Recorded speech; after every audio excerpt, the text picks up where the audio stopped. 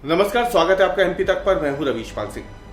देश भर में फिल्म द कश्मीर फाइल्स को लेकर छिड़े विवाद के बीच मध्य प्रदेश के एक आईएएस का ट्वीट इन दिनों सुर्खियों में है। पीडब्ल्यूडी विभाग में उप सचिव के पद पर तैनात आईएएस नियाज खान ने द कश्मीर फाइल्स फिल्म को एक तरीके से देखा जाए तो उसे आधार बनाते हुए ट्वीट किए हैं, जिसके बाद सूबे की सियासत गर्मा गई है। नियाज खान ने ट्वीट किया है कि द कश्मीर फाइल्स में जो कश्मीरी पंडित है उनके दर्द को दिखाया गया है, लेकिन अब ऐसी ही एक फिल्म किसी प्रोड्यूसर को बनानी चाहिए जो देश के अलग अलग इलाकों में मुसलमानों के साथ हो रहे अत्याचार को, मुसलमानों की हत्याओं के बारे में दिखाए, एक फिल्म बने। क्योंकि मुसलमान कीड़े मकोड़े नहीं, बल्कि वो इस देश के नागरिक हैं, एक इंसान है। नियाज खान का ट्वीट देखा जाए तो सिर्फ यही नहीं रुका, उन्होंने आगे एक और ट्वीट किया।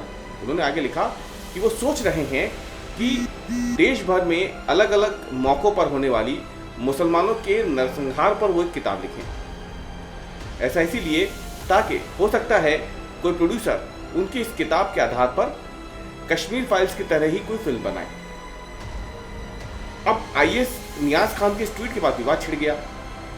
रामेश्वर शर्मा, जो कि भारतीय जनता पार्टी के विधायक हैं, पूर्व प्रोटेम स्पीकर है, बड़ा हिंदूवादी चेहरा है भाजपा का मध्य प्रदेश में, उन्होंने आईएएस नियाज खान से सवाल पूछा है। उन्होंने कहा है कि चलिए, कम से कम आपको ये तो पता चला कि देश में कश्मीरी पंडितों के साथ क्या कुछ हुआ था इतने साल पहले।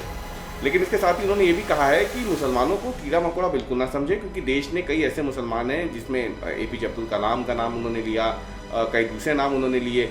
बोले कि इसलिए सबको कीड़े मकोड़े की तरह ना समझा जाए।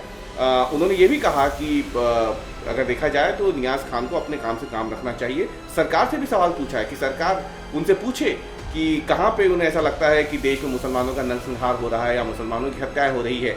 ये सवाल पूछे हैं रामेश्वर शर्मा ने, और सरकार से आग्रह किया है कि वो अपने अफसर से पूछे कि आखिरकार उन्हें कहाँ ऐसा दिखता है। वहीं रविवार को एक और ट्वीट किया नियाज खान ने। उन्होंने ये भी कह दिया है कि कश्मीरी पंडितों पर बनी ये जो फिल्म है द कश्मीर फाइल्स, इसने करीब 150 करोड़ रुपये का कारोबार कर लिया है।